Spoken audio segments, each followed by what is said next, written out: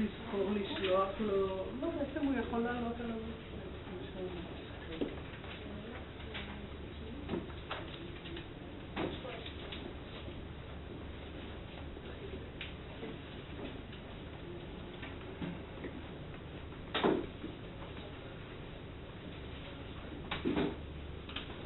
Okay, we'd like to continue with your background. Could you please tell who you are? What is your background? My name is Oli. I'm a master degree student in neuroscience. I have a BA in biology. In neuroscience where? Here, I'm a student of Solo. Okay. Okay. And you I'm not teaching. I'm sorry? I'm not teaching. I write my Please. name. Yeah. Next. My name is Uli, and I'm working in Sebastian Cardinal. Okay. With a degree in biology. Yeah, doing my master's. Okay. I'm Alon. I'm doing a first degree in cognitive science and math. And you too didn't do introduction to molecular biology? I didn't. Okay. So you'll have a lot to cover in some part of the talk. And you? My name is Avishai, and I'm in the same situation, math and cognitive science, second year. Okay. And I also didn't do the molecular. Okay, you could and should stop me whenever anything is unclear. So we'll see to what extent that delays us and the other students. And I'll try not to use a technical jargon. I once gave a seminar somewhere and I said the same, stop me if I use unclear jargon, and someone raised his hand and said, what is jargon? So that's not what we mean. Okay, next. I'm Sarah Lewis. I'm doing a PhD with study doctor. Okay. I'm Saka. I'm studying psychobiology. I do molecular biology. And I work at class NASA. Okay. I'm Ruth. I'm also in surgery and biology. And I'm working at the University of Oslo. Okay. My name is Harikman. I'm from Karen Mashora's lab. From? Karen Mashora's lab.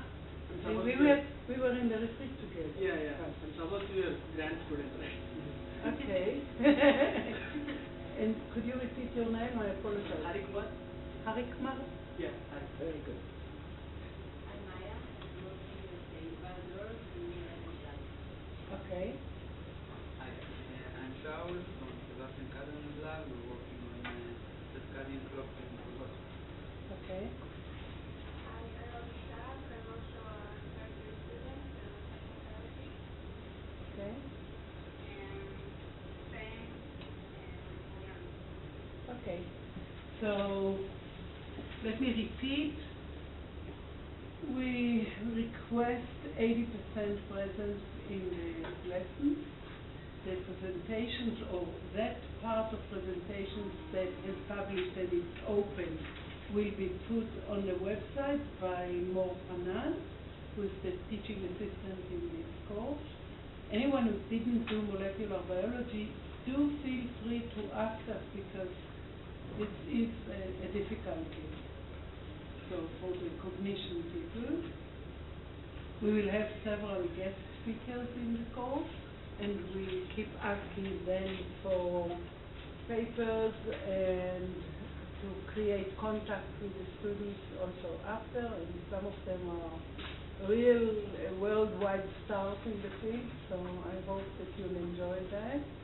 At the end of the course, there will be a home assignment that is divided to many specific questions, and we'll decide together when is the deadline that is convenient for you to submit your work. So if there are no more questions, and of course the course will be run in English, and last year someone asked me, so if someone really prefers to write the assignment in Hebrew, you can, but my advice is to write it in English, because this is what you need to learn how to do.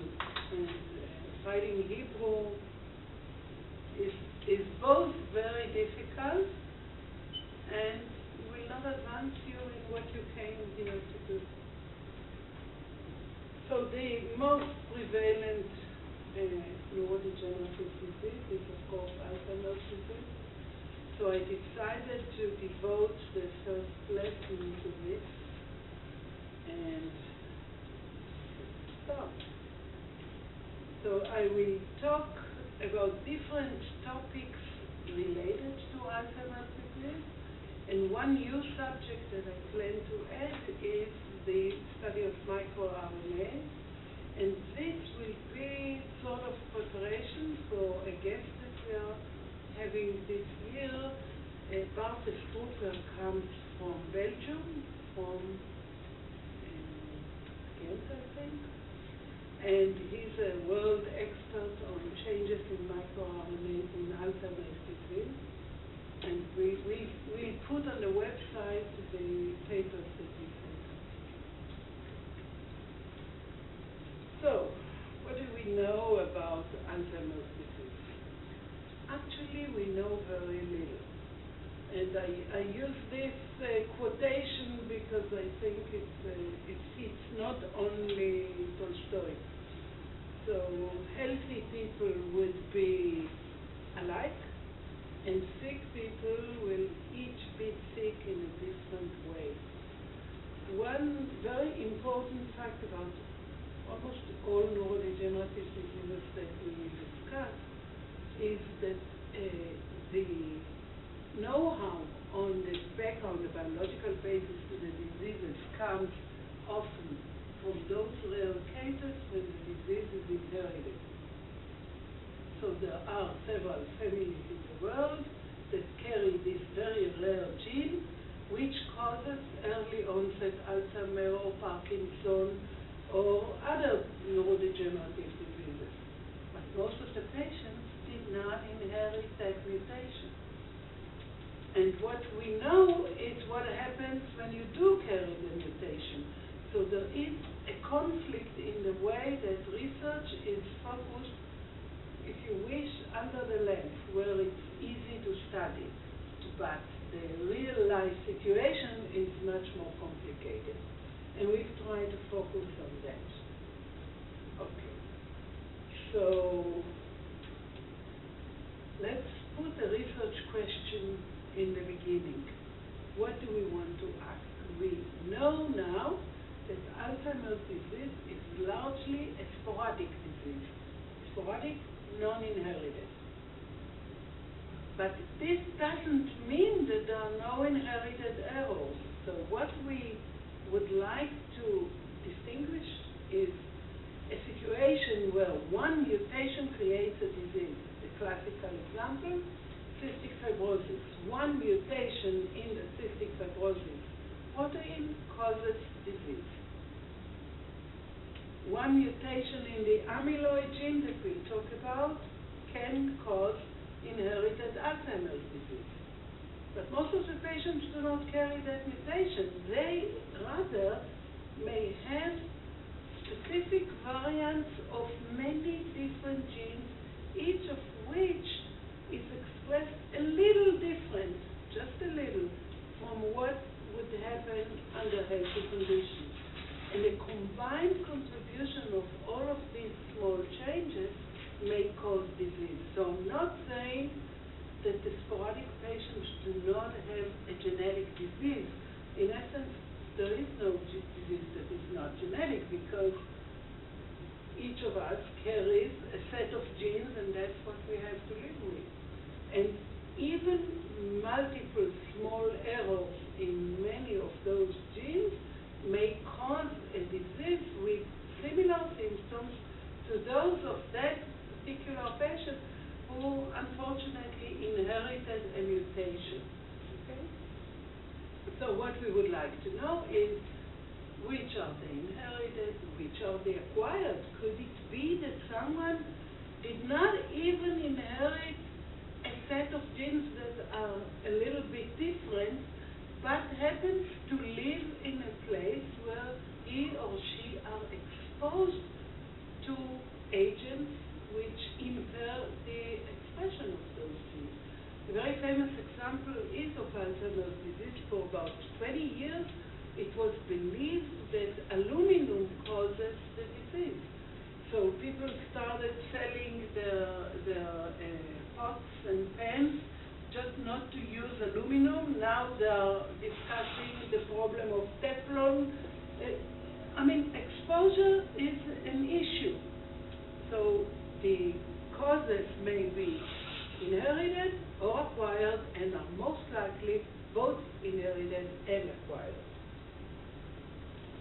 Okay, what do we know about Alzheimer's disease? If you look at the New York Times website, you'll find this guy who was a Dutch artist that drew self-portraits over the years.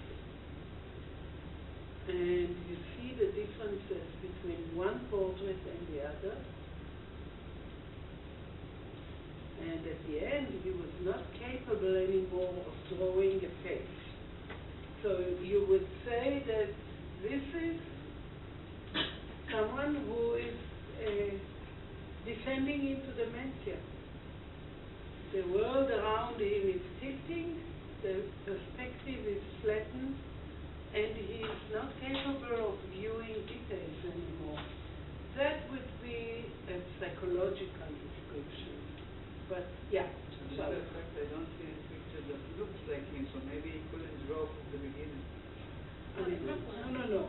The first one is the young guy, and then he drew himself as the years went by. And eventually, he couldn't even draw a face. The famous test on Alzheimer's patients is that they're asked to draw a clock with the numbers, and they lose the capacity to do that too. So the question is it a neuromuscular problem? Probably not. It's a nervous system disease. Now, most nervous system diseases affect other tissues as well. We'll touch a little bit about that.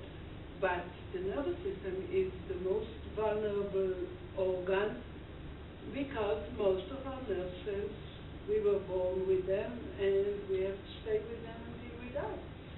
So you will read papers that, stem cells can divide and proliferate even in the brain of a 70-year-old individual. The quantitative estimations that I know talk about 4,000 nerve cells proliferating in the brain of a rat over 1 month, which means that this doesn't make a big change when we talk about the real number of neurons. So that would be the largest vulnerability of our nervous system. And the next is that the functions that are required of these cells perhaps are more complicated, more demanding than those that are required from a liver cell for comparison. But we'll get back to that. So what do we want to talk about today? We would like to talk about the basic impairments in sporadic Alzheimer's disease. We will mention the relevant genes and pathways that are involved.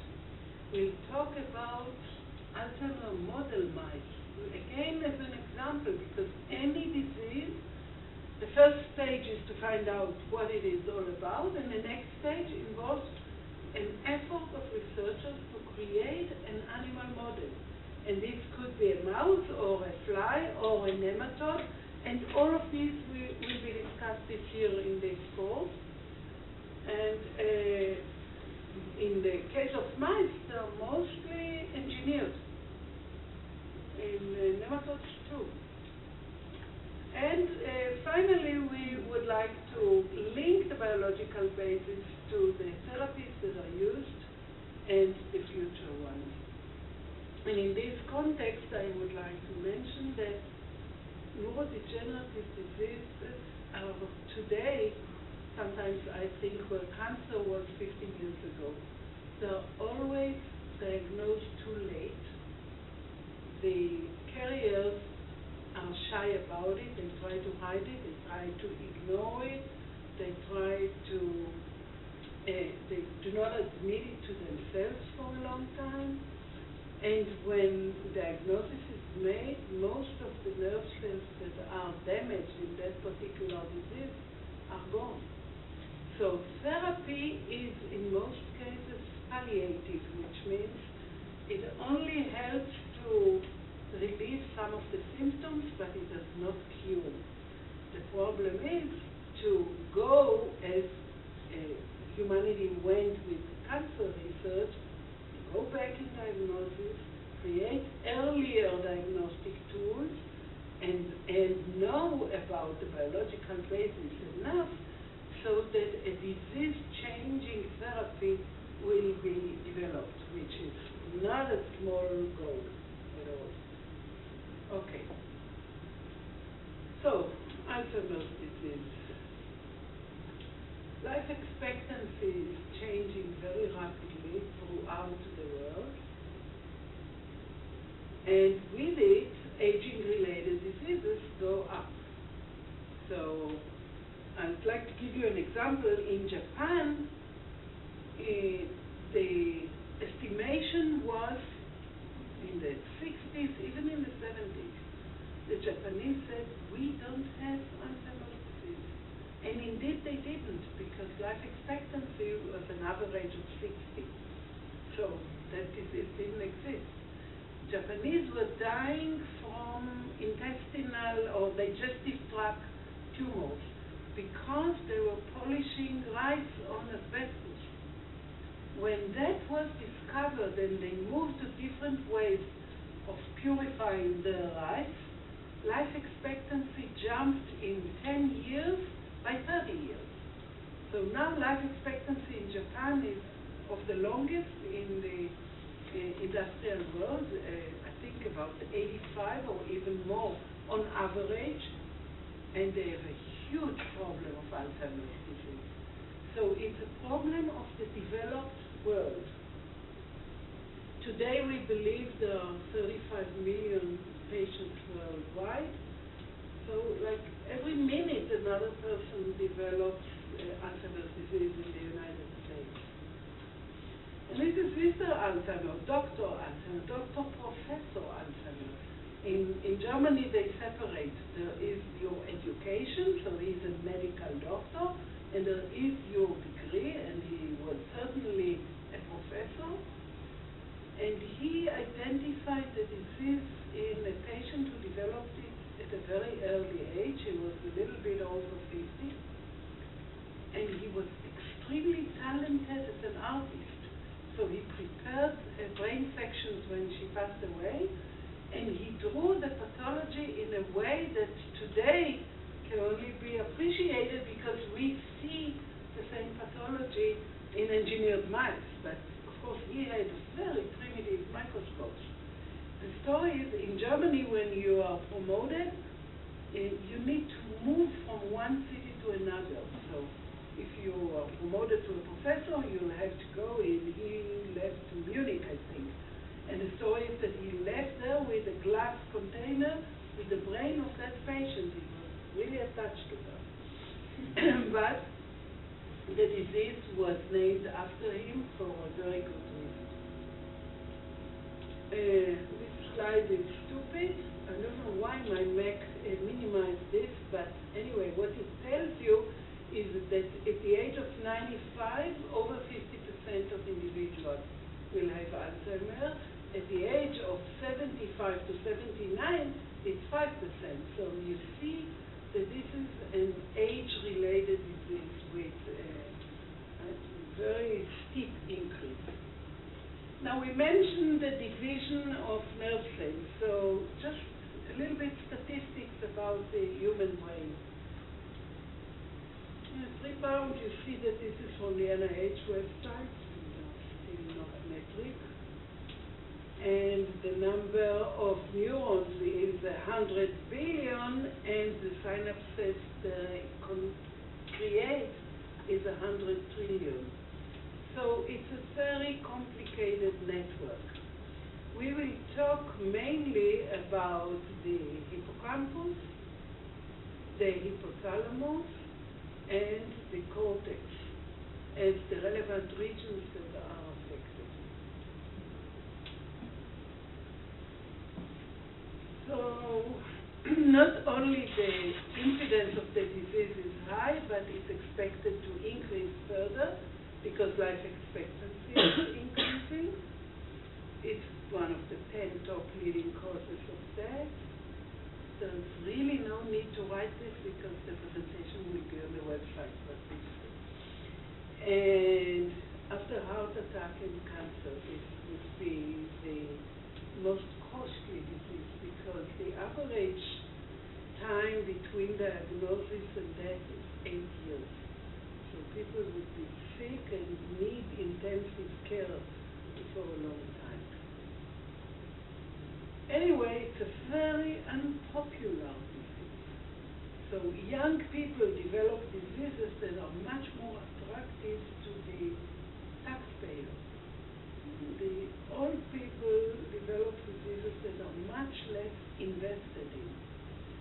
And the first drugs to treat Alzheimer's disease came about, I think, in the late 80s or maybe even in the 90s. And that was because of public pressure. But cancer treatment was available long before that. So that gives you a view, not only the patients don't want to know about the disease, the healthy people don't want to know about it either. So this is a real problem with an unpopular disease. Within the human brain, of course, different regions would be activated when we perform or are involved in different functions, which means that the disease, and these are all regions within the cortex. The disease will impair hearing, speaking, seeing, thinking, but more than this, anyone could tell me what is the function that is impaired earliest in Alzheimer's disease? Memory, of course. And surprisingly, it's short-term memory. When I was a kid, we had a neighbor who used to be in Europe an opera singer. He could not run a conversation anymore, but he was capable of singing the whole aria of a very complicated opera with no mistakes. This was amazing, but he couldn't talk to you. His long-term memory was fine, his short-term memory was fucked up. You're talking about long-term, is it okay that I'm talking? Absolutely. You're talking about long-term and short-term in terms of the gradient, not short-term and long-term, and how you define them as STM, like the memory for a few seconds back, or... A few seconds back, yes. Yes, my mother-in-law is 92 years old, and in a conversation with her, she's capable of repeating the same thing like 10 times within 20 minutes. Because she forgot that she didn't, she already told me that I shouldn't travel abroad so frequently. Yeah, it's both. Okay. So, we did say different brain regions are affected, but actually the entire brain is affected. So if you run a positron emission tomography maps, which will show you the activity map of the brain, and in this context we need to remember that the brain uses like 40% of the energy that we spend is spent in the brain.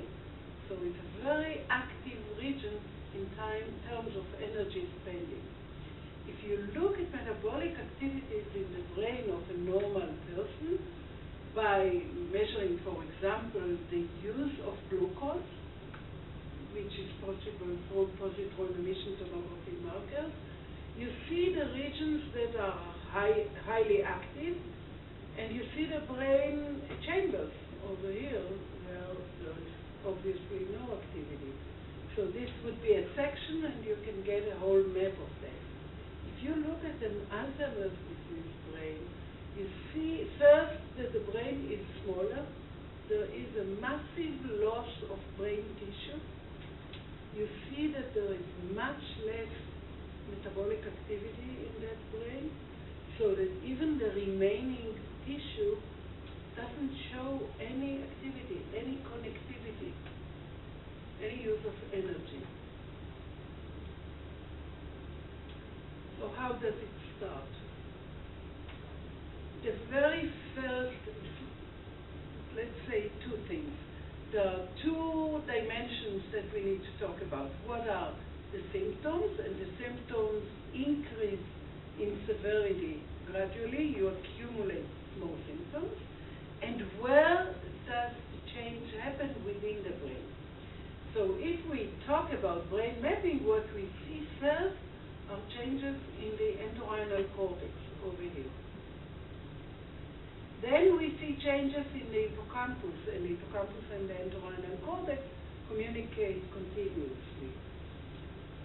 And then the affected regions begin to shrink as nerve cells die, but the first thing that happens is synapses die. So what we see here is a failure to communicate, which finally kills the entire network. And because the synapses die, the nerve cells cannot survive anymore. The worrisome issue is the changes begin 10 to 20 years before the symptoms appear. So that goes to what we discussed before. And the very first sign is memory loss. So there are huge efforts worldwide to look at patients with what is called a minor cognitive impairment. People who are still working, but they need to keep the phone number at home on a written piece of paper because they tend to forget it. Or someone who can never remember where he parked his car. In the States, they sell you little gadgets to write where your car is, for example, in a parking lot, so that you won't forget it, because the number of people that need such assistance is increasingly larger. So such individuals are really precious for study, and we'll get to that. At the mild to moderate stage, you see already that there are bigger spaces between the folds in the cortex. And you see the spreading of the damage from the entorhinal cortex to larger regions of the cortical tissue. So the cerebral cortex begins to shrink, and the signs would include confusion, problems with mathematics, handling money, poor judgment, mood changes, increased anxiety.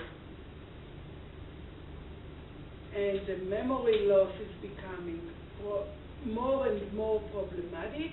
People lose their vocabulary. There's a famous article where someone went with a data mining tool, computer tool, into the books of Agatha Christie. She wrote books from the age of 24 to the age of 94, about. And she wrote at least 100 books. And the vocabulary in her early books was 4 times richer than that in her the latest ones. She was not diagnosed with Alzheimer's, but she went through the aging-related loss of neurons, which goes together with limitation of language, thoughts, and vocabulary.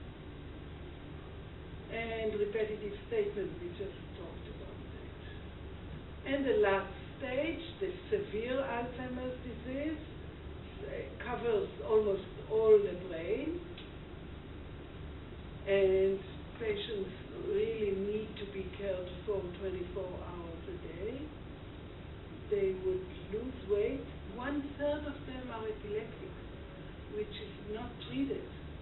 So no one pays attention to that, but a lot of them show epileptic seizures.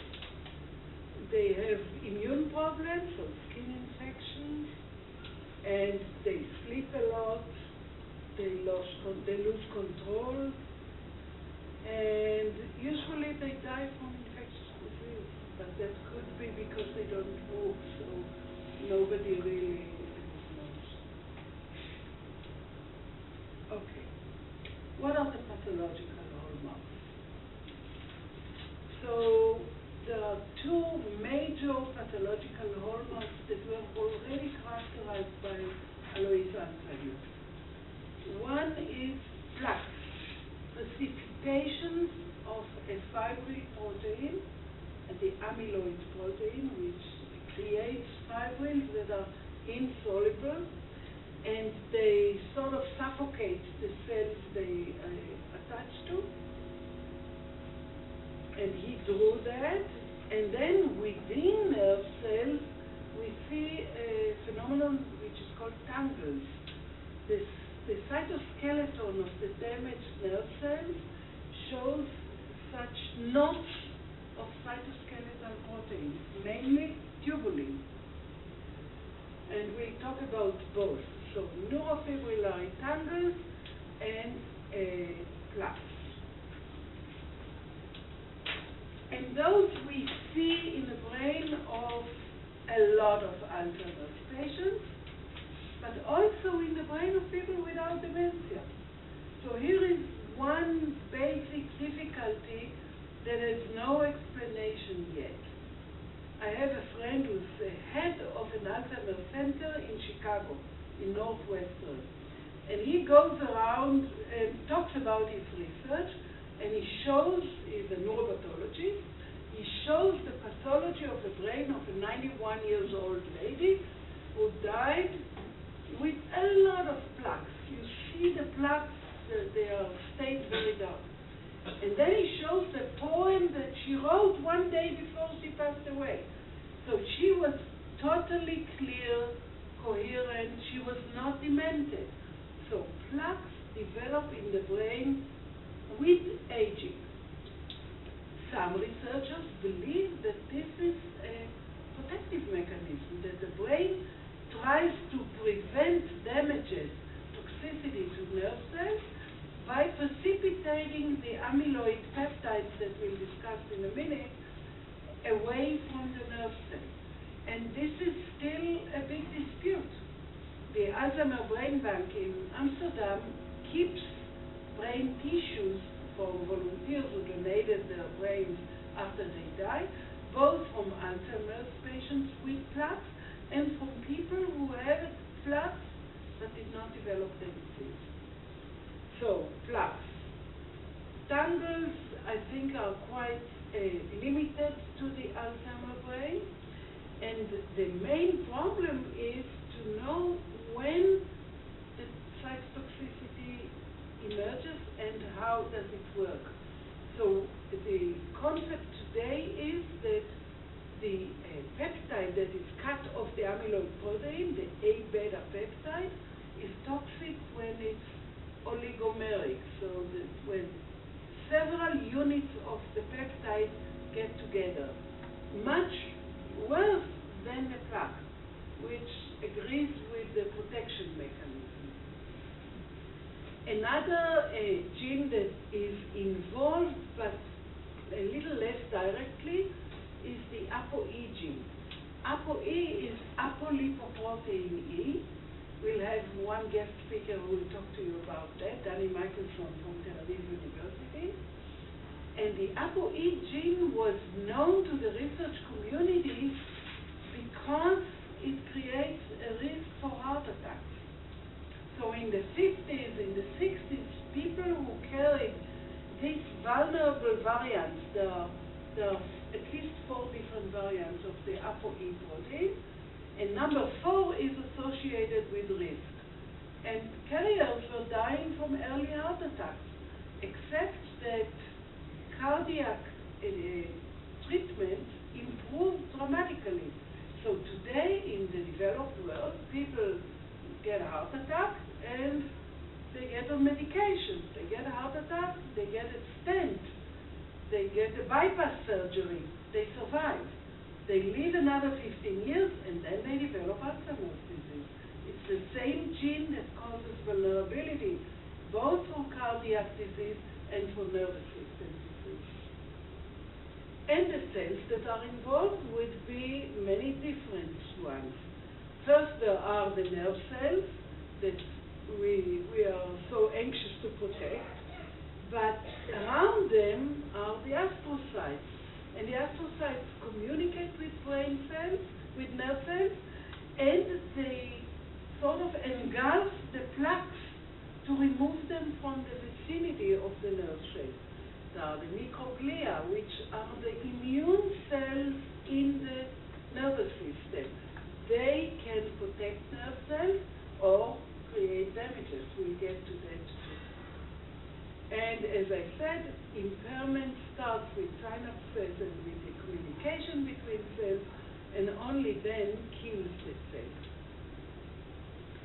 So what are the etiologies that were proposed as causes for Alzheimer's disease?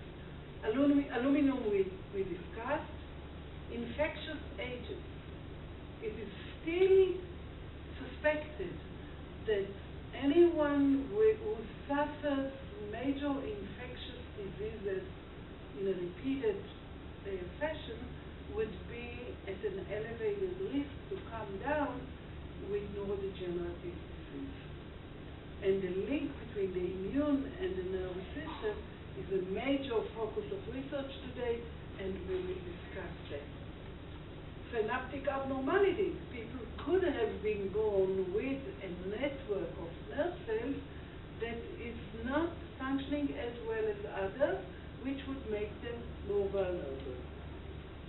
An example for that are Down syndrome kids who invariably develop Alzheimer's disease very early, by their 40s or 50s at most.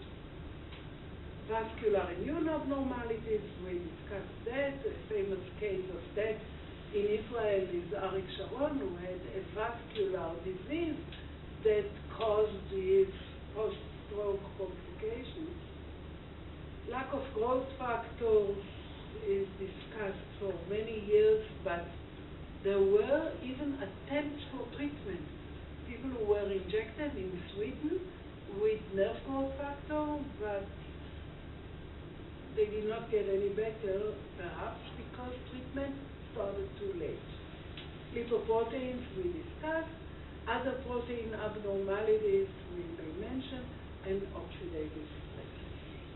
Yeah? You said that the disease begins in the cortex in the lower part of the brain and then it spreads. So the plaques also spread this way, or is Yeah. yeah? Yeah, what I described is exactly, that's how they found it. They So saw you more talk plaques. about the activity of the brain. Yeah, both. Both. Okay, so how can you put your fingers on the early signs of disease? One effort that was done in the States is to follow nuns. Because they live in the same place, they would volunteer, and they did volunteer. And there is a huge study that started in Pittsburgh and involves tens of thousands of monks and nuns who participated in this trial for 40 years by now, I think. And what the researchers did was to follow their capacities, vocabulary capacities, writing, reading, intellectual levels, and then just find out who of them developed the disease. And what they found was that those nuns who were earlier more active in their intellectual capacities tended to write and read are the latest ones to develop Alzheimer's. Of course, there is always the chicken and the egg problem. We do not know yet whether these nuns were just better than others anyway, or whether the intellectual activities protected their brains. But because we know that loss of synapses leads to neuronal death, because we know that watching TV does not activate that many synapses, but writing and reading does, which is why you'll get a written hand word for the end of the course, but you can type it. Anyway, the assumption is, as my friend says, use it or lose it. So using one's brain is the best protection activity that we know about today.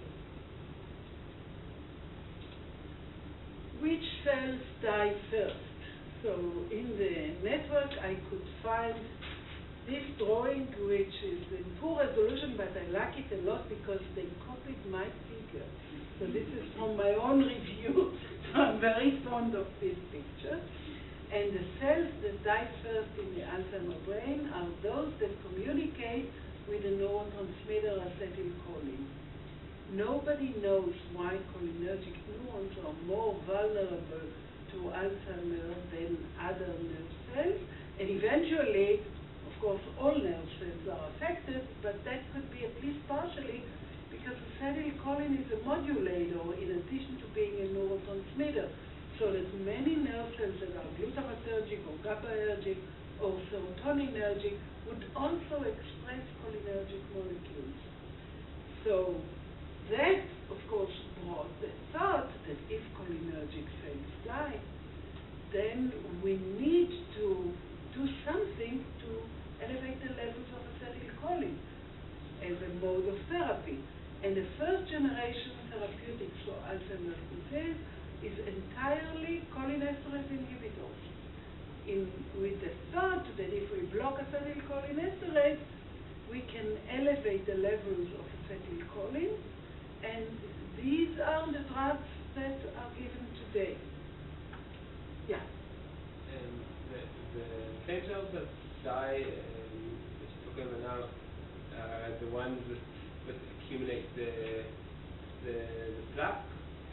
Is this the reason why they die? That it kind of suffocates from the plaque, or how?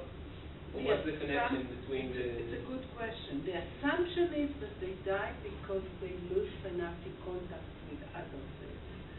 The presence of the plaques may be damaging, but more dangerous is the presence of the peptides that compose the plaque.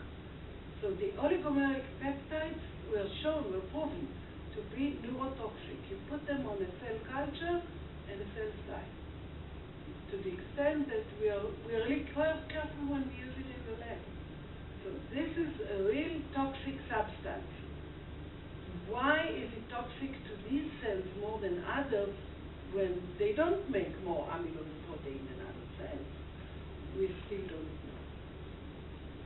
Okay, so what we say is, first there is increased release of acetylcholine that could be a good therapy. So people are trying to develop enhancers to release more acetylcholine. Then blockade of acetylcholinesterase, which is the prevalent treatment today. Then reduction of inflammation, and that came about by serendipity. So a coincidental finding that nobody intended, again, in a study on cardiovascular disease. 10,000 individuals in the United States received aspirin, daily aspirin, for years. And then after 10 years, the study was analyzed, and they found, to their surprise, that not only this protected those patients from cardiac disease, but the incidence of Alzheimer's was lower. So that gave the background for the assumption that inflammation is a problem that increases the risk of Alzheimer's. So anti-inflammatory drugs are another line of treatment. And a reduced production of amyloid is tried as well. Actually, we will not talk much about it, so let's mention it right now. There was a company, actually the story is even nicer. A researcher in Tel Aviv University, Professor Becca Salomon, assumed about 25 years ago that if you could create antibodies to the amyloid peptide, you could cure Alzheimer's.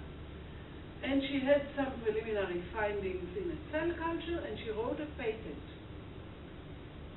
And then a company came by, a name of Elan, E-L-A-N, and they started injecting mice with immune serum antibodies against the amyloid peptide. And the mice lost the amyloid plaques. So I'm putting things in the wrong order now because I didn't yet tell you how mice were engineered with amyloid in the brain, but let's assume now that you know they exist. When they treated the mice with the antibodies, the mice were cured. They did not develop behavioral abnormalities, they lost the plaques in the brain. This was a huge excitement, not only in scientific conferences, also in the newspapers. So immediately they got special approval for expediting the clinical trials. They created an antiserum, they started injecting patients. And the patients did lose plaques, except that they developed encephalitis. So after 6 patients died, the study was stopped, and now they're struggling to develop a safe antiserum, which I'm not sure will never come about. But in between that, to start a clinical trial, the company needed to find out that no one in the world has prior rights to the same idea.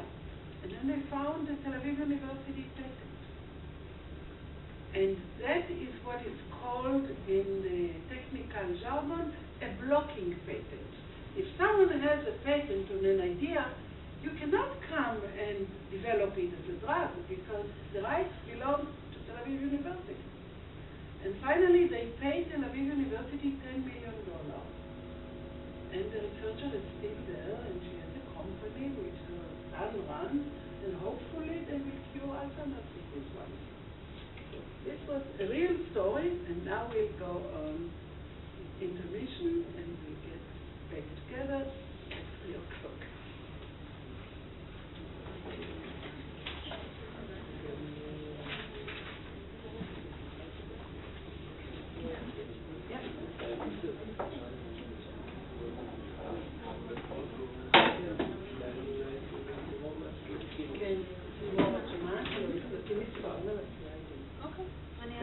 אין שום בעיה.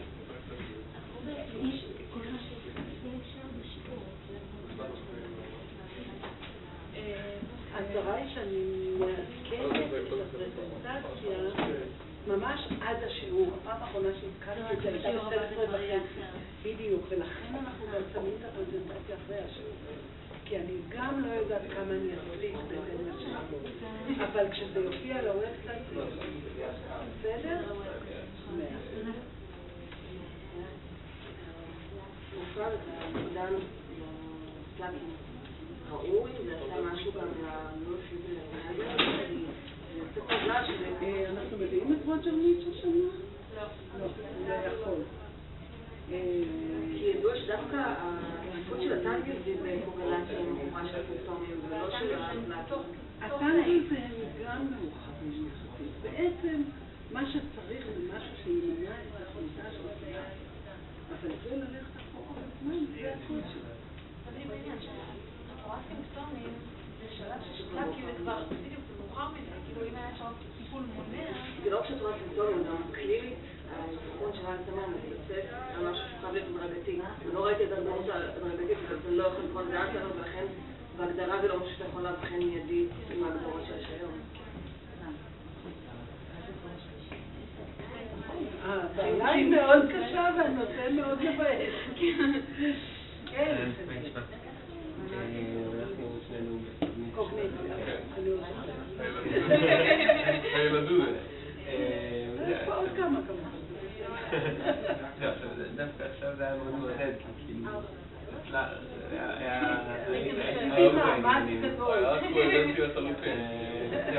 השאלה היא מה אתה חושב, זה ישים, זה לא ישים, יש דברים בטח שזה ישים, אני חושבת שאתם תצטרכו לקרוא מאמרים יותר מאחרים.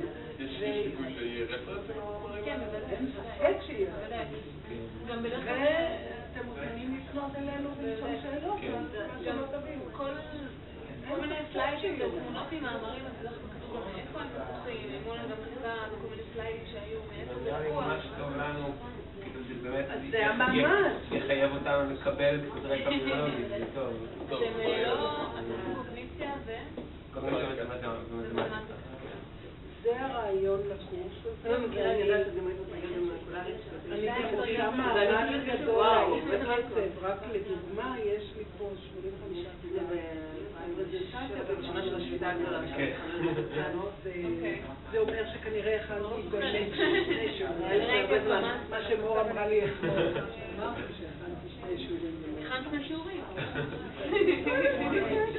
טוב, תודה. אמרנו שיש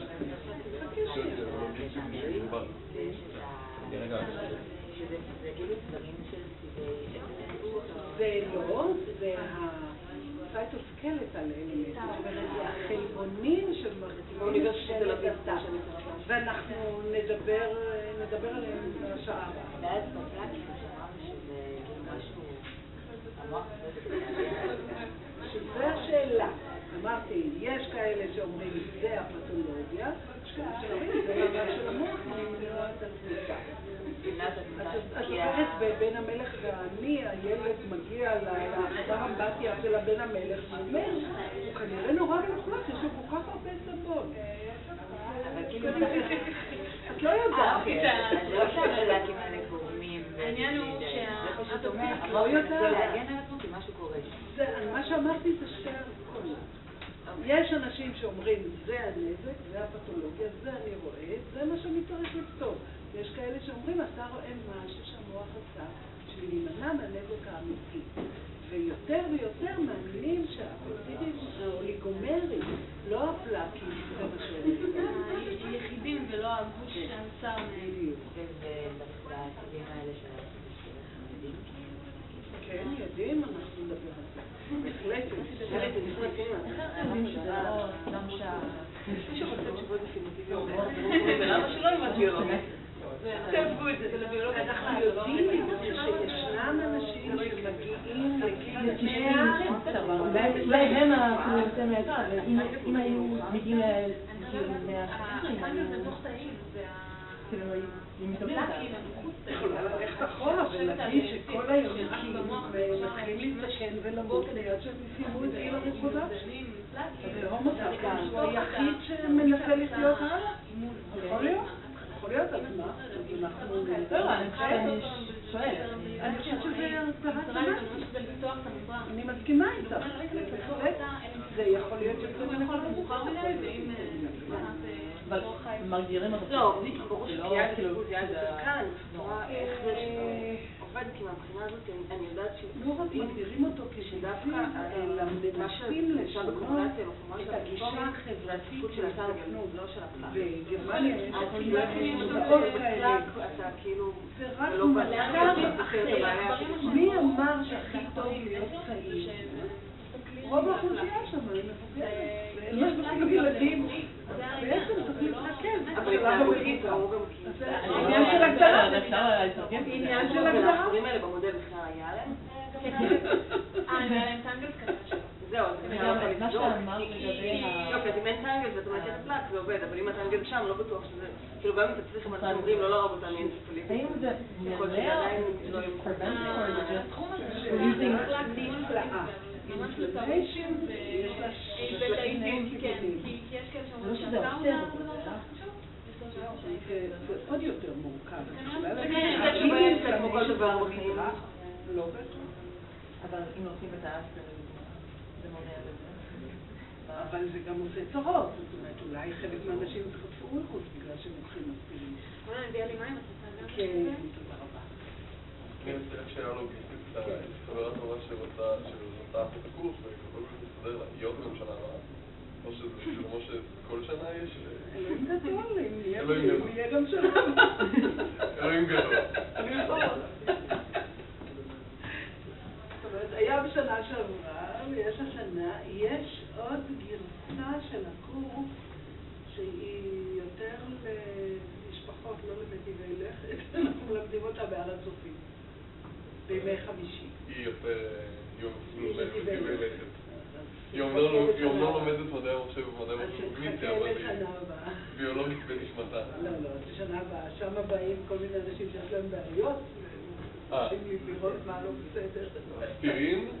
משהו נוגד? לא, אנשים באים ואומרים, תראי, אחי, יש לו בעיה כזאת וכזאת, אני רציתי להבין. זה מדעי הרוח, אין להם נגישות לחומר כזה. כל זה מבורך שמעבירים את זה. זה קורס, זה חוויה אחרת לגמרי ללמד אותה, זה נורא מעניינים. אז מי אפשר לדעת שכאילו הוא עוזר מה שהוא עשה, אז אם אני זוכרת נכון. נכון, ואת לא שמעת שהחברה שלו נמכרה בבורסה בניו יורק. אבל הם בכלל בשלבים קליניים? כל שהם? הם בשלבים קליניים כבר מאוד קליניים. לא יודעת מה עובד שם.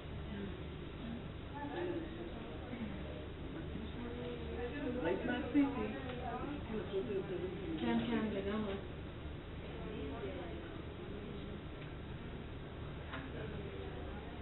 מה שאת יכולה לקחת את זה למשקל, ולשלוח לכולם ולהגיד, זה פחות או יותר אפילו טנטטיב אאוטליין, ולקרמה אפילו לתקן את הפעילות שלו.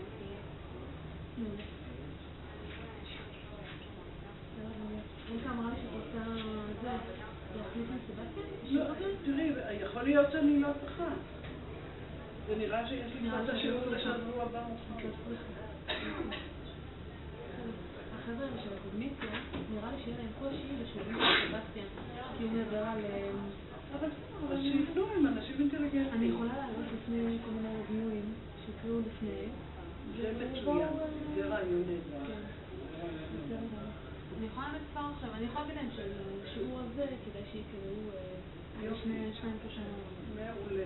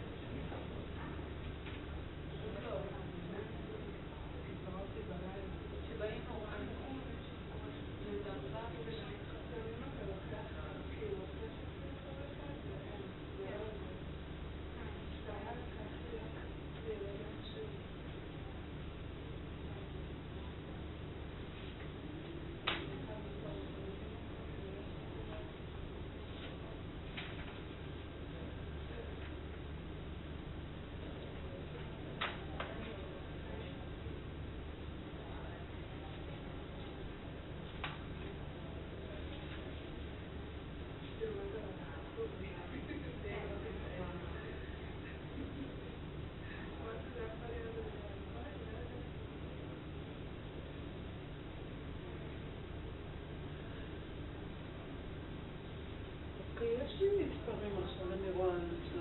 חלקן יש לך, חלקן. בגלל ששיניתי את היום. זה באמת סלייד 20 או? לא, מה שעשיתי. זה בטח הפתיח, כאילו.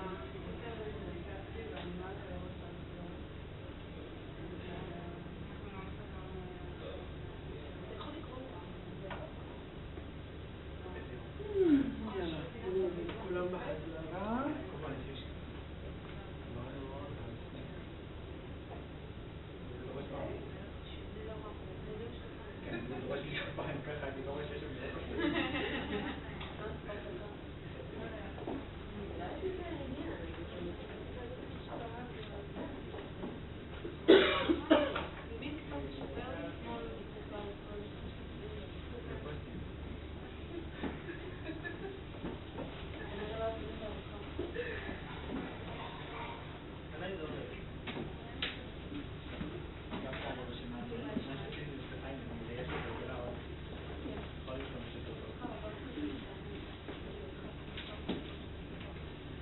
Okay, welcome back. So now we are going to talk 2 minutes of philosophy of science. What is the belief on Alzheimer's disease? And I would like to argue that like with any other research topic, there is a trend which makes the field focus on one aspect of research, one theory, one dogma for about 10 years, and then someone comes with a brilliant new idea which will solve all the problems, and everyone moves there for another 10 years, and during those 10 years, the initial period seems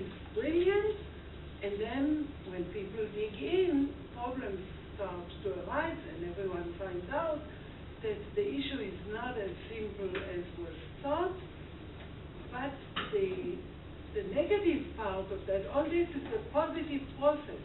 The negative part is that they forget the previous period altogether. So, when Alzheimer's disease was discovered, it was a brain pathology. As I said in the previous lesson, people thought that these protein precipitates look so ugly and dark. This is the culprit, this is the bad guy.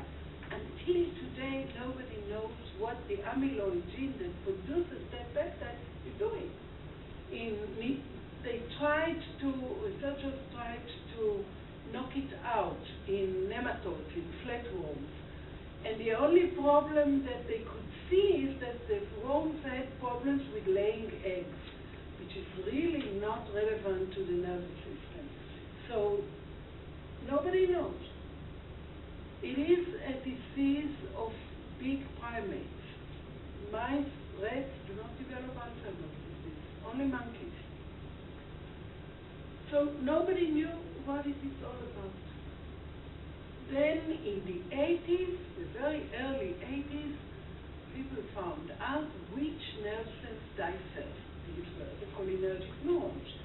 And then people were publishing papers in Science and Nature saying Alzheimer's is a cholinergic deficit. Maybe it's not that surprising given that acetylcholine is the very first neurotransmitter that was ever discovered. So it was a logical process of thought. Here it was. Okay. So let's talk about this cholinergic hypothesis. So the idea was, here is a neurotransmitter, acetylcholine, this is the structure. Acetylcholine is released from a presynaptic site. It is packed in vesicles. It's released from the presynaptic site. It needs to find a receptor at the postsynaptic site, and that's how it communicates messages from one cell to the next, unless it is degraded. So some neurotransmitters have to be taken back to the cell that produced them, and other neurotransmitters get degraded. Acetylcholine is of the second group. It gets degraded. And it gets degraded by the enzyme acetylcholinesterase. So we know that there are presynaptic cells, there are postsynaptic cells. Here is the synaptic cleft. This would be classical structure of any type of nerve cell. The presence of the enzyme that degrades acetylcholine is more special because many of the neurotransmitters do not have an enzyme that breaks them down. And this, of course, brought the thought, let's block acetylcholinesterase, and that will improve the symptoms. Okay. So how do you do that? The very first study developed a drug called stacrin, which is not in use anymore because it was found that it blocks also some potassium channels, which is a problem. So whenever you develop a drug, you would like to block the active site of a protein. This was done before the structure of the protein was known, which complicated the development. So it was essentially a trial and error. People took compounds and tried to see if they block the capacity of that protein to degrade acetylcholine. And they found one agent that didn't kill animals. They showed in rats that if you feed rats with this drug, it improves their long-term memory, which was beautiful. And that was the beginning of Alzheimer's drugs. It was clear immediately then that it's not a good drug because it has what we call a narrow window of efficacy, below which it is inactive, above which it is toxic. So that complicates treatment because the utility, the efficacy was not very great. But that was available. There was a public pressure, so people started taking this drug. Well, what happened with all of the muscles in the body? What happened? Very good question, actually. Some of the agents that block acetylcholinesterase also block the capacity of acetylcholine to send messages to muscles. So organophosphate-based drugs were stopped in clinical trials because patients couldn't move their muscles. That's true. So that is the problem of pharmacology in general. You want to be specific, but not too specific, long-term, but not too long-term. It needed to be a drug penetrating the brain, which is another problem of demand. Anyway, people started taking this drug, and I was present in a meeting in the early days of Alzheimer's disease when it was clear that this drug is going out of the market, when newer drugs, more selective, more specific, perhaps a little better, were already available. And the guy who worked in the company that produced this was Warner Lambert. I'm not even sure if the company still exists. So it probably were bought by Pfizer and disappeared. He got up and started describing a new pill that they were developing, which had different layers of gelatin, and it melts gradually so that to enable slow release. And someone got up after he finished his talk and he said, considering the stage of this drug, you did a wonderful job in describing the envelope. And then he proceeded. This was very cruel, because the poor guy works in a company, he does his best. Anyway, so this was tackling. Yeah. What did we see in the last? So what you saw is the structure of the agent, the constants of inhibition. IC50 is the concentration of the drug that blocks 50% of the activity, okay, in nanomolar, so it's a very specific drug. And then they checked whether or not it can block aggregation of amyloid, which was just a trial, but it's not directed to that, and it doesn't do that. And this is the spectrum of the compound. Okay? So this is just to remind me to tell you about this early drug. And what were the behavioral results of taking the drug? Improvement, although limited, in memory. Digestive system complications, because acetylcholine innervates the gut too. So diarrhea, depression, because it creates stress-like symptoms. There is release of acetylcholine under stress. And these are still the side effects of all of the other acetylcholinesterase blockers. So I brought you the structure of the protein to see. This is a global protein with a very deep, narrow active site, and acetylcholine needs to get in, and then it meets 3 amino acids that together create a pocket where acetylcholine is degraded. And no one still knows how it leaves this molecule. The structure was defined at the Weizmann Institute by Yoel Sussman and Israel Silvan. Israel is a very strong cholinesterase center because nerve gases are also targeted at acetylcholinesterase.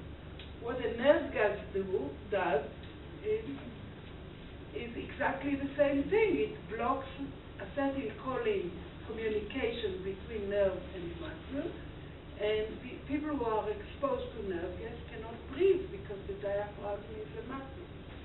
So that's why there's a lot of interest in research on cholinesterase inhibitors in Israel. Another problem with developing cholinesterase inhibitors is that the enzyme molecule gets totally blocked if the agent binds covalently to the active site. We call that aging. Aging of the molecule means that it will never recover.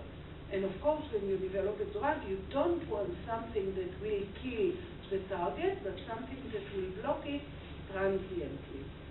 Okay, so acetylcholinesterase again works like a vacuum cleaner. It sucks acetylcholine from the neighborhood and degrades it at a rate of 10,000 molecules per second. So it's extremely rapid enzyme. Okay.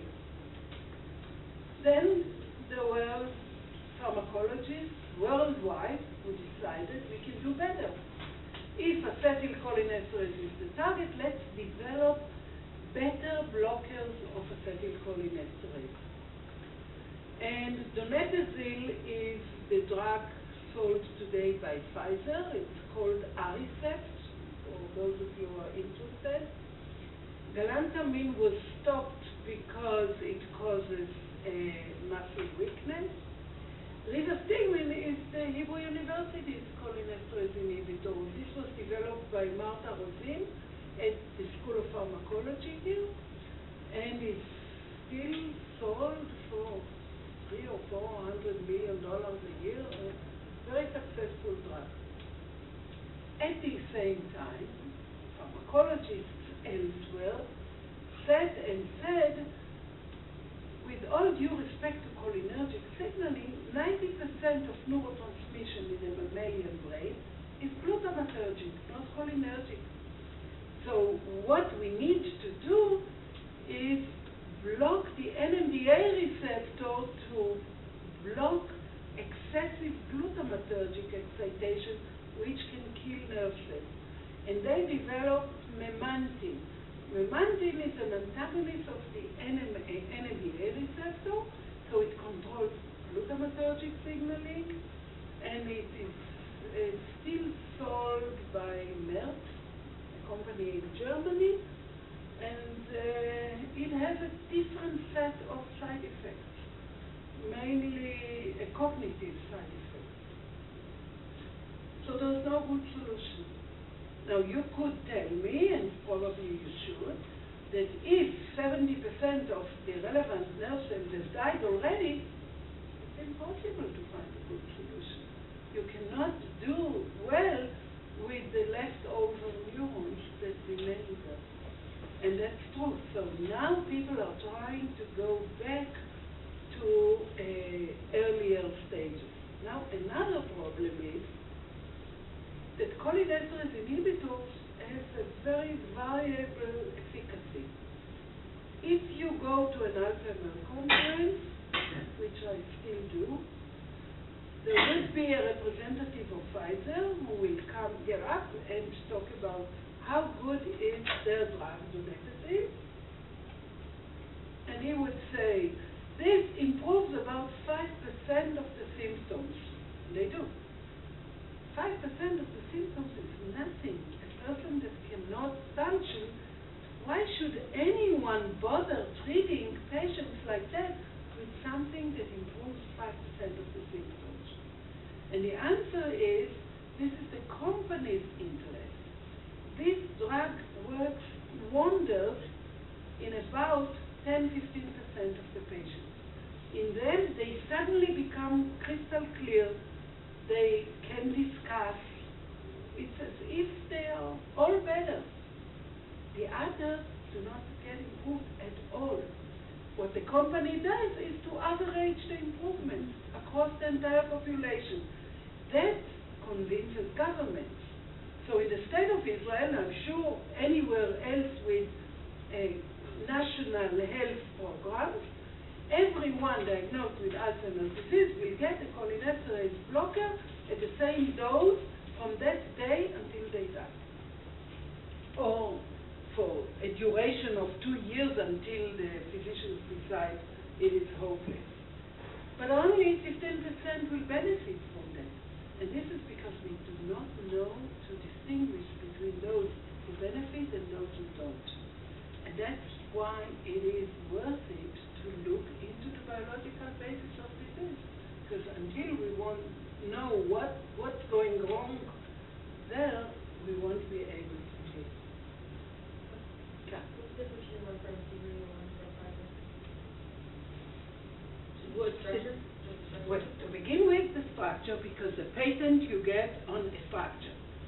They both block acetylcholinesterase. The specificity is different. So donepezil would work, I think, 200-fold better on acetylcholinesterase compared to a closely related enzyme, butyrylcholinesterase. Rivastigmine works on both enzymes. Some think that this is better, the others think that selectivity is the goal. Okay?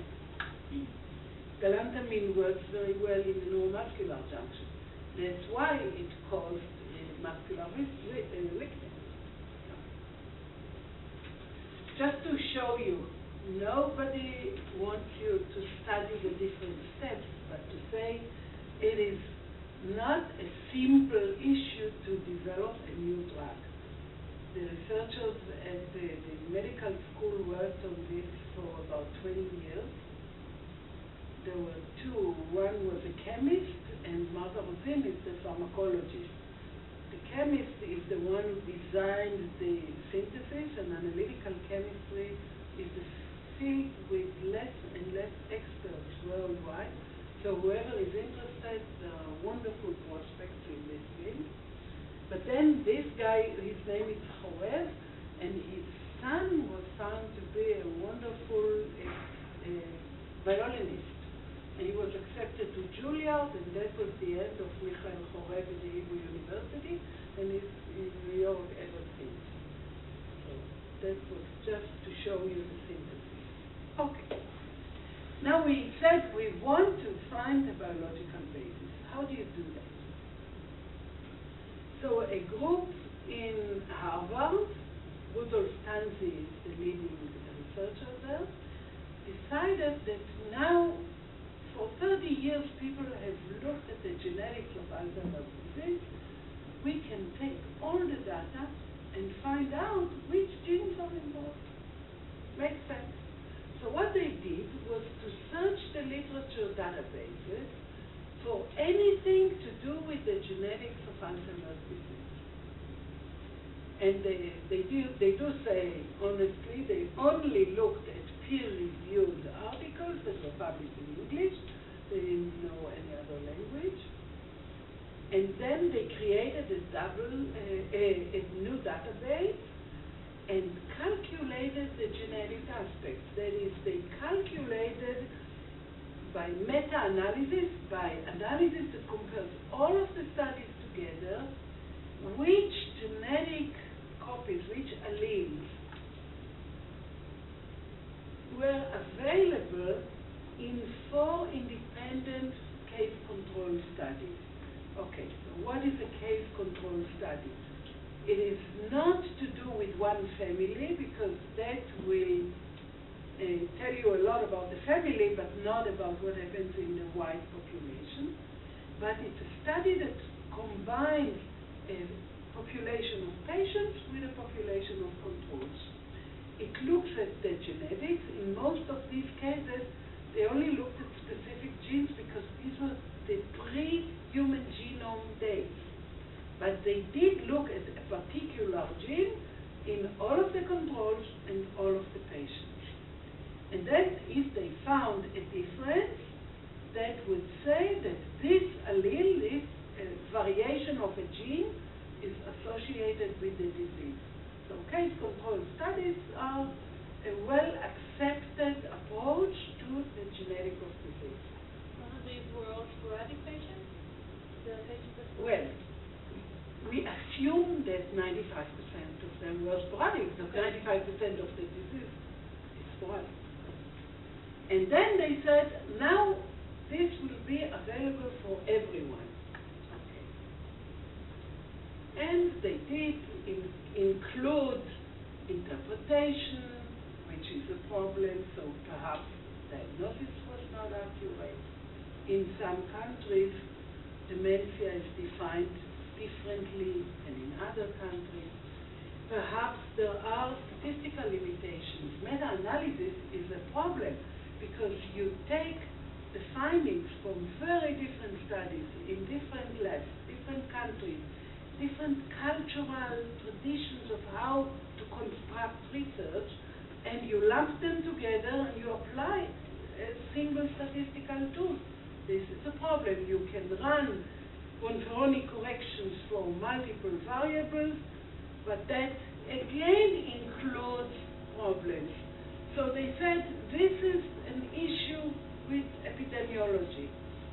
When I was a kid, the Bedouins in the desert believed that they will never suffer heart attacks. And again, life expectancy was very short. So even that can be a problem when you study a disease of neurodegenerative nature. But anyway, they did find a lot of new information. So what did they find? The largest block of information was on the amyloid gene. APP is the amyloid precursor protein, the peptide product of which is the constituent of the plaques in Alzheimer's disease. It is located on chromosome 21. Does that ring a bell to anyone? Exactly. There are 3 copies in Down syndrome carriers, so maybe that's why they all develop Alzheimer's disease. And there are a lot of pathogenic mutations with affected families. So that too was covered. And what happens to carriers of the mutations? They would have more A-beta produced. They would have a modified ratio of the type of peptide released from the amyloid precursor protein. We'll talk about that in a minute. They may have mutations in the peptide itself or close to the cut site that produces this peptide, or they have locus duplications like in Down syndrome. The second gene, presenilin 1, was discovered by a member of our faculty, Professor Efrat Levy-Lahad. She's the head of the Genetic Institute in Shaarei Tzedek, and she discovered this gene when she was a postdoctoral fellow in Boston, I think. And what she told me was that she drove home from work with her 3-year-old kid in the back seat, and the radio talked about Dr. Levy-Lahad's discovery, because Alzheimer's is of interest to many people. And they said to Dr. Levy-Lahad and co-workers, and her son said, "Mom, co-workers, that's us, right?" That's the story I remember about this discovery. And what happens in this gene, which was named presenilin, is that it encodes the complex of enzymes that cut the amyloid precursor protein. So you see here that these 2 genes are functionally related to each other. Not on the place in the chromosome, you see this is a different chromosome altogether, but in the function. And what happens to carriers of mutations in this gene is an increase, again, in the ratio of longer to shorter peptides, which is exactly what happens to carriers of mutations in the amyloid itself. The mutations occur throughout the molecule because all you need is to make the scissors go bad not to have the peptide cut correctly. And the enzymatic role is damaged. So you can damage the peptide itself, you can damage the enzyme that creates it, or another presenilin, another component of the same complex that creates the peptide. But this is not all. In addition to these 3 genes, which are the major ones, we find many other genes where there are mutations that were studied in a lot of individuals. Consider that the DNA sequence was determined in each of these many thousands of cases in the pre-automated sequencing era. Yeah. What is the difference between first and second presenilin? Different components of the enzyme complex that cuts the amyloid protein into the peptide. Yes? What exactly is on that? The presenilin produces a complex of enzymes that together cut the amyloid protein either into a short peptide, which is less dangerous, or into a long peptide, which is neurotoxic. So if you damage the scissors, then the cutting process will not happen. So they increase it in the longer one? Yeah, they increase it in the long run. Okay, so in each of these cases, a lot of people were sequenced, and the risk increase was much more limited than any of the three major genes. Yeah. Is this personal Presenilin? Yeah, is that not a part of this proteasome system or any lysosomal system? No, I don't think it's in the lysosome.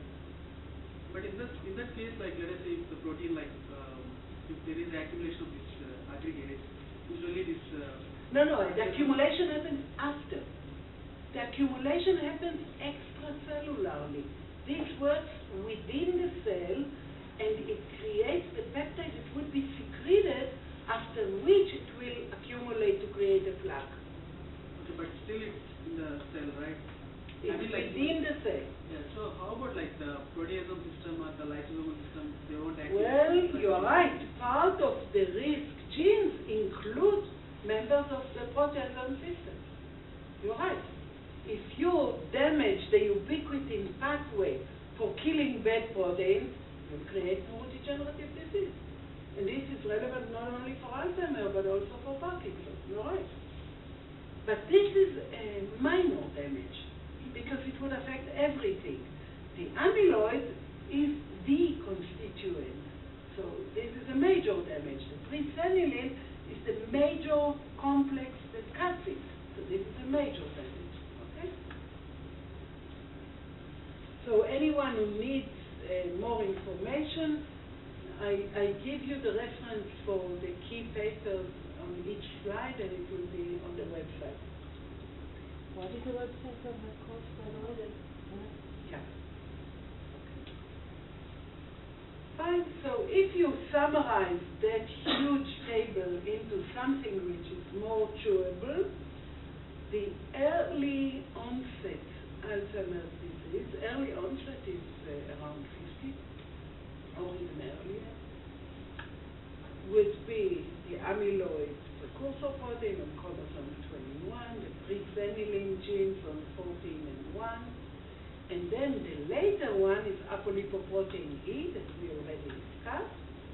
The LDL receptor-related protein talks about cholesterol metabolism. So we know that that's bad news, again, for cardiovascular disease, but also for neurodegenerative. Alpha-2 macroglobulin belongs to the host pathogen protection system. So again, we are getting closer to infection and immune system. Actually, I don't even remember, and this is another gene that is distinct. So there are several major genes and many minor genes, all of which were studied sufficiently to convince that mutations in them will add the risk to come down with Alzheimer's disease. And are all related. I'm sorry about the complexity of this slide, but life is complex and disease is even more complex. So here we see the APP. The APP is producing the A-beta peptide, which is the neurotoxic agent, through a process of proteases, the alpha, beta, and gamma secretases. You know, someone told me once that all in biology, all components are called in Greek letters, alpha, beta, gamma, and delta, because no biologist knows any other Greek letters. This agrees to the concept. But, as we said, a lot of the genes that cause risk for Alzheimer's are also causing risk for cardiovascular disease. When the A beta is secreted, if we have a good apolipoprotein E gene, that could remove it from the brain. So the apolipoprotein family protects the brain from neurotoxic compounds. But if we have a less efficient apolipoprotein, so the ApoE4 is the less efficient variant, then we'll get oligomerization. And in this process, the involved agents are zinc and copper. Copper is the new fashion. Everyone wants to remove copper from the brain. Now, when we accumulate those oligomers, they will kill the synaptic function. That will infer long-term potentiation. Long-term potentiation is the best correlate to learning and memory that electrophysiology has come up with. So you induce excessive induction of electrical activity in nerve cells, you follow the long-term potentiation, the reaction of that nerve cell to the insult, and if you can't do that, that means you are in trouble. And if you put the amyloid peptide on cultured nerve cells, it kills their capacity to create long-term potentiation. If you add to that the impaired other proteins, you'll create fibrils, and then you'll have the senile neuritic plaques. And the question is, does that have to protect, or is it part of the danger? Inflammation and oxidative stress will add to the danger, but will also affect the neurofibrillar tangles. So another element is coming into the picture, and we'll get to it in a minute. And all of this together causes neuronal death. Whereas there are enzymes that can break down the A beta. So promoting the activity of such enzymes is another approach that people are trying. But again, you don't want to have too much proteolysis in the brain either. So there's always a balance to think about. So, yeah. Is this process going to affect this blood-brain barrier? I mean, the formation. That's another excellent question. Our blood-brain barrier protects the brain from penetration of toxic compounds. Toxic compounds may be things that are totally fine when they're out of the brain. For example, our circulation includes huge concentrations of albumin, 70 milligrams per milliliter. But if albumin gets into the brain, it causes epileptic seizures. So you really want to protect the brain from everything that is outside. What we call the blood-brain barrier, like a border between countries, involves physical barrier and ejection mechanisms. So the rate at which the brain clears out toxic chemicals is an active part of the blood-brain barrier, and the barrier itself, the cells that compose the barrier, are, if you wish, the fence or the border. There are a lot of studies that say that the blood-brain barrier is damaged in Alzheimer's disease. But again, there are no good agreements about it because it's very difficult to find cognitive proof for someone who is not cognitive anymore. Okay. I have a couple of questions. The first is about the shorter and longer version. You just mentioned that the will beta, where does that come into play in the scheme of things? And the second one about inflammation. Isn't inflammation necessarily going to happen once you have neuron death? Because you have gliosis, and so it's a necessary step in the process. Okay, so let's divide your question. The peptide, I don't think that anyone knows precisely why the shorter peptide is more toxic, but it was proven convincingly. 40, just 2 amino acids make a big difference. The shorter is more toxic or the longer? The longer is more toxic, okay? So the only difference is 2 amino acids. About inflammation, absolutely, once nerve cells start dying, this is downhill. Yeah. Can this model explain the age-related component of the disease? I don't see how it does. But it looks very complicated. I mean, let's say in cancer, okay, you have 1, 2, 3 genes that getting hit, and okay, you can understand why it happened, and you can understand the age-related factor. But here, looks this many stuff needs to happen in this model, so it looks unlikely. No? So you are right, and specific researchers take one aspect, and that's what they believe in. So there are people, we call them Baptists. They believe in APP. There are people who are Taoists. They believe in Tao. And those believe only in this, and the others believe only in that. The picture, unfortunately, is complicated, and indeed we understand much less about neurodegenerative disease compared to cancer. It's not a one hit, second hit, and then you're gone. Yeah. And I think that the oxidative stress is what's explaining the vague development. Yes, that's 3 slides. Okay, we'll get it. Okay. So this is the peptide, just for those of you who really wanted to know its composition. And here are the 2 amino acids that make a difference. The peptide is stuck in the plasma membrane, and the cleavage would leave the A-beta either 40 or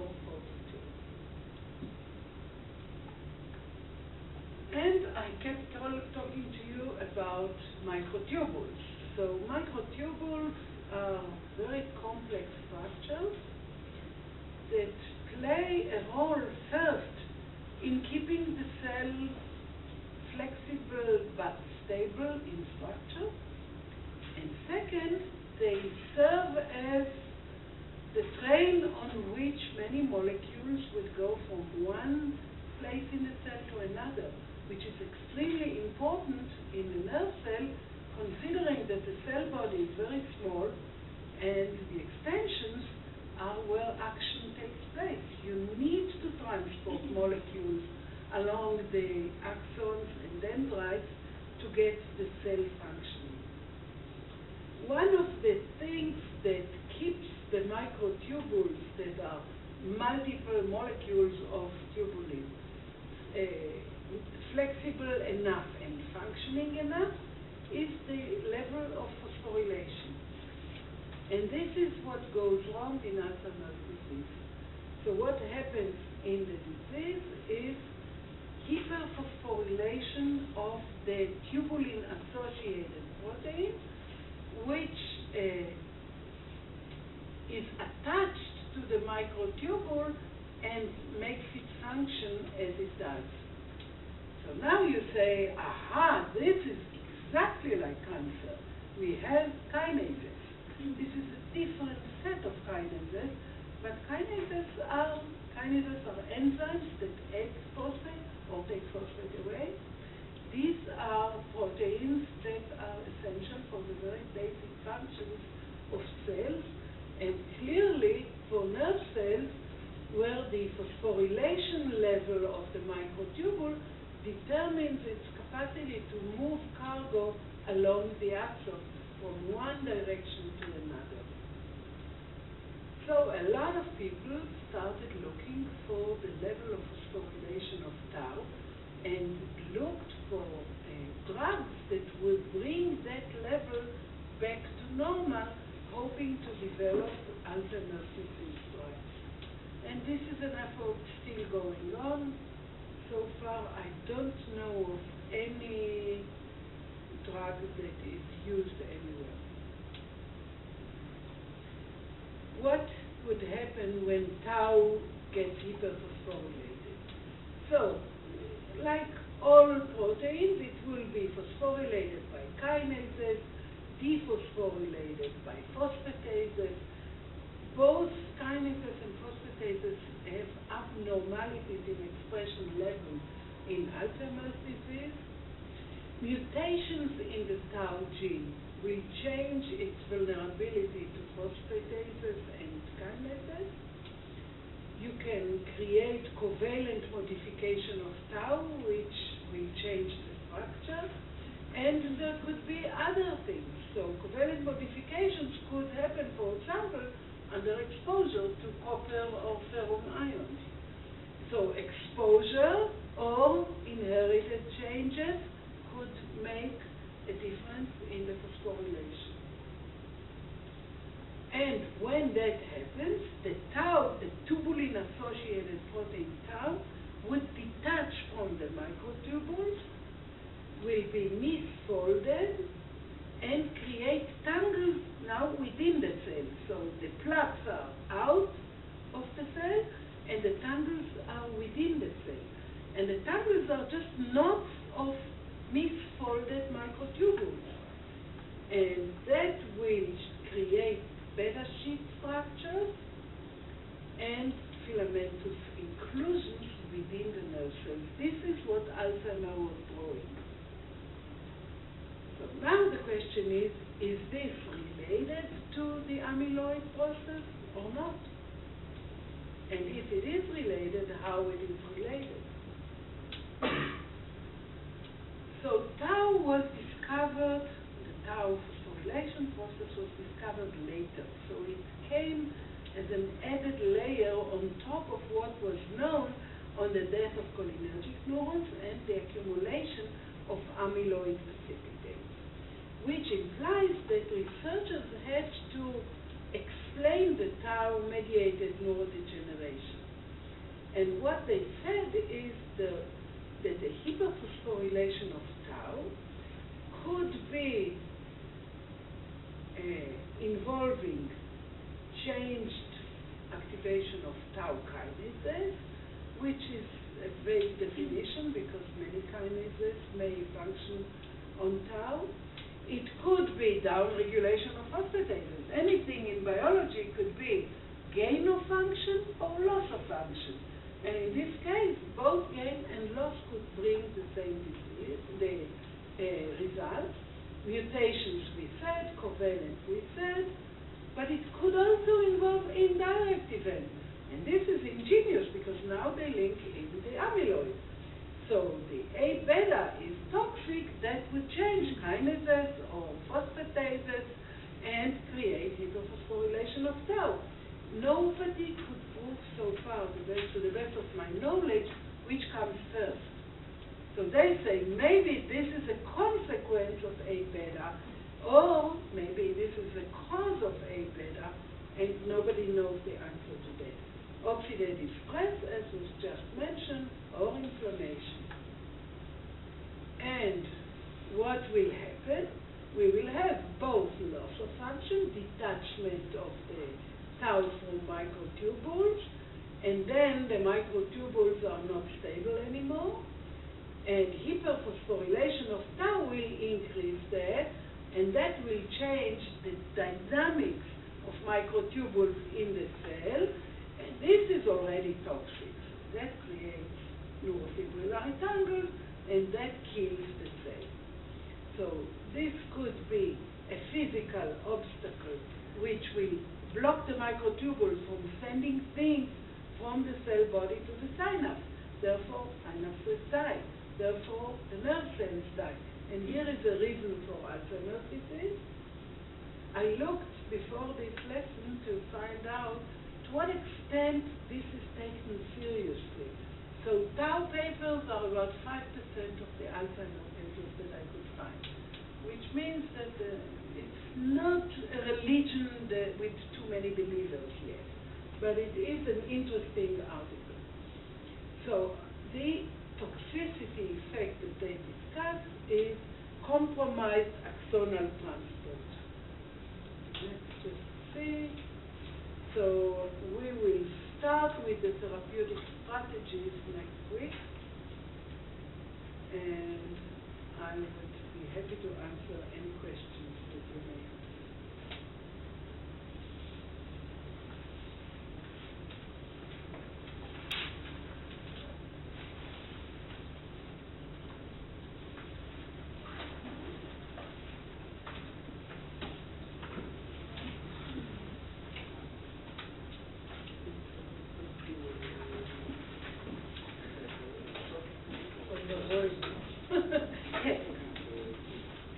Not only the brain, I think even the vertebral column has got neuronal. I'm sorry, I didn't hear you. Not only the brain, even the vertebral column also has, like the vertebrate column has got this nervous system, right? Who has nervous system? I mean, the neurons and all are like behind this vertebral column. Okay. You're asking if this is limited to the nervous system. Yeah, because it has got both adrenergic and cholinergic neurons. So, would you see like the similar kind of effect in the brain as well as In engineered animals, this was checked thoroughly, and yes, the effects are throughout the body. But in patients, the problem is what does the patient suffer from? And the vulnerability of the nervous system makes it the first site of damage. And so that's why, as I said, 30% of those patients are epileptic, but no one gives them drugs to treat their epileptic seizures. They're not cognitive anymore. But you still see the Yes, the damages exist throughout the body. Also in Parkinson. You could ask the same question in amyotrophic lateral sclerosis. People die because their motor neurons die. But the damage is throughout the body, except motor neurons are so big, they are less well buttered. So they die first. If the patient dies, then it doesn't matter that other sites are also damaged. I mean, you were just talking about this memory loss and those kind of stuff, right? Usually when the vertebral column affects, usually the whole system gets collapsed, like paralysis, this kind of stuff. They don't die from paralysis. In Alzheimer's, no, they die from pneumonia. They are not paralyzed. Okay.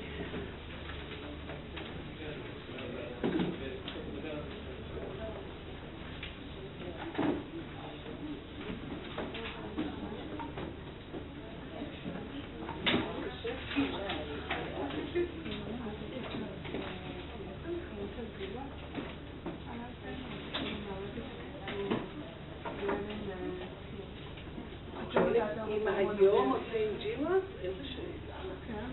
בוודאי. אני פשוט מספרת לכם היסטורית איך המחקר על המחלה התפתח. היום בוודאי.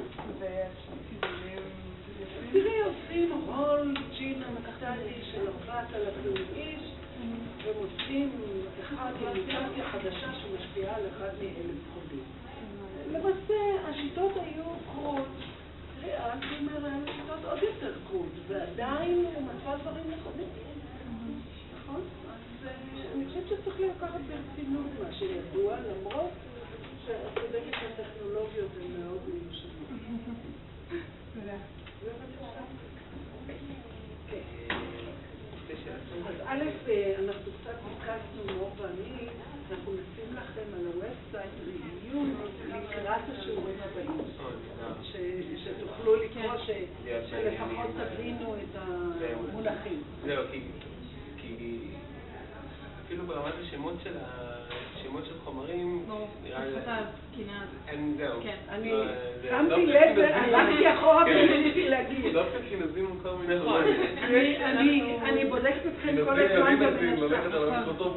ואיך לקחתם בביולוגיה? זאת ביולוגית של קורס הפסיכולוגיה. של רז. כן, של רז, כן. וזהו, זה נגמר. אבל אקשן ספייס אני מבין. כן. את הבסיס נראה לי ממש אנחנו... אז גם על אנטומיה עשינו, שיש כבר קצת עוד בגלל שהאטתי בשיעור השני, עברנו רק 14 סליידים. וואו, מונה. זה מה שקורה, כי אני ראיתי שיש פה אי הבנה. אבל נראה לי באמת אם תעזו דברים... אנחנו נשים לכם ריוויוז. נראה לי גם כשאתם קוראים בבית, אז מילה שאתם לא מבינים, תבדקו אונליין, גם תלמדו המון וגם... מעולה. יהיה לכם אתגר מעניין. כן, זה דווקא נראה לי אתגר שבאנו. בא לנו עליו וגם בעיקר בזה שבסטימנט יותר... כן, יהיה לנו זמן לזה. שנה ג' וואו. טוב, צעירים. עברנו סמסטר מחשל או סמסטר הקודם. מה זה ספקטרום של קומפאונד? מה זה אומר? ספקטרום זה אומר שרשמו את האור שהוא מוקרן מהחומר באורכי גל שונים. לכל קומפאונד יש ספקטרום ייחודי שלו. זה יותר מזהה מאשר משהו שממש משפיע על איך הוא מתרכב. זה מזהה וזה קובע דרגת ניקיון. אוקיי, אבל זה לא, זאת אומרת, את לא יכולה להסתכל, כאילו ממבט על שני ספקטרומים להחליט מה יותר אפקטיבי, מה יותר נקשר או פחות נקשר. חלילה, אבל זה יכול להגיד, זה כן נקי, לא נקי. אוקיי. טוב, תודה רבה. כיף. רק רציתי לשאול שאלה קטנה לגבי המטלות של הקורס. כן. התחלתם לדבר על זה קצת לפני כן, המטלה העיקרית תהיה עבודה הביתה בסוף הקורס, שאנחנו נותנים בערך עמוד של שאלות, וכל אחד צריך לבחור לו מהמאמרים שאנחנו נותנים לאורך הסמסטר, מאמר או שניים, ולענות לגביהם על השאלות המופנות. אז זו הייתה שאלה נוספת, יש באמת חומר קריאה לקורס. ודאי, בדיוק דיברנו עכשיו שאנחנו נשים בוובסייט ריוויוז שמכינים אתכם לקראת השיעורים הבאים, וכשיש לנו מרצה אורח, אז אנחנו מראש מבקשים ושמים מאמרים שתדעו על מה הם עובדים. אוקיי, אז בעיקרון המטלה למטלת דיון, זאת אומרת שני מאמרים. ו-80% מהשיעורים חייבים נוכח. זה מבחן, זה לא שרק לא... זה מבחן, הרוב מקיימת. מה אני צריכה שמישהו ישב ויצביע שעתיים? אני רוצה לדעת מה. ממש מסכים. כן. יש פה... טוב, תודה רבה. כנראה של מור.